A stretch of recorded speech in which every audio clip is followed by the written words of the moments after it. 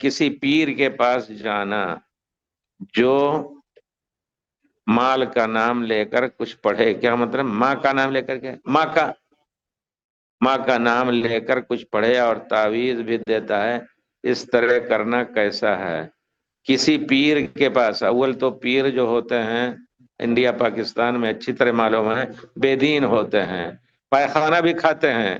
وہ جن شیطان کو ناراض کرنے کے لیے، جیسا کہ باقاعدہ اس کے بارے میں بتایا مولانا وہ جو تھے، کیا نام ہے، حافظ ظہیر کے خسر جو تھے مولانا، جو مدینے میں پڑھا رہے تھے، انہوں نے باقاعدہ بتایا کہ ایسا کرتے ہیں لوگ.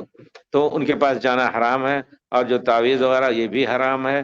اور کسی نیک آدمی سے رقیہ کرائیے، پانی میں پھونک کر کے نہیں، چہرے پر، جسم پر، اور کچھ تھوک کا اثر، یہ ہے اصل رقیہ. انشاءاللہ اللہ تعالیٰ اس کو، اور دوسرے تمام طریقے چھوڑ دیجئے. کوئی عورت ہے، آج کل تو بعض عورتیں بھی بڑی پیرین ہو گئی بہت زیادہ کام کرتی ہیں، ان کے گھر پر جمگھٹا لگا رہتا ہے. مردوں کا بھی ہے، مردوں کے سر پہ ہاتھ رکھ دیں تو ان کی جنت ہو گئی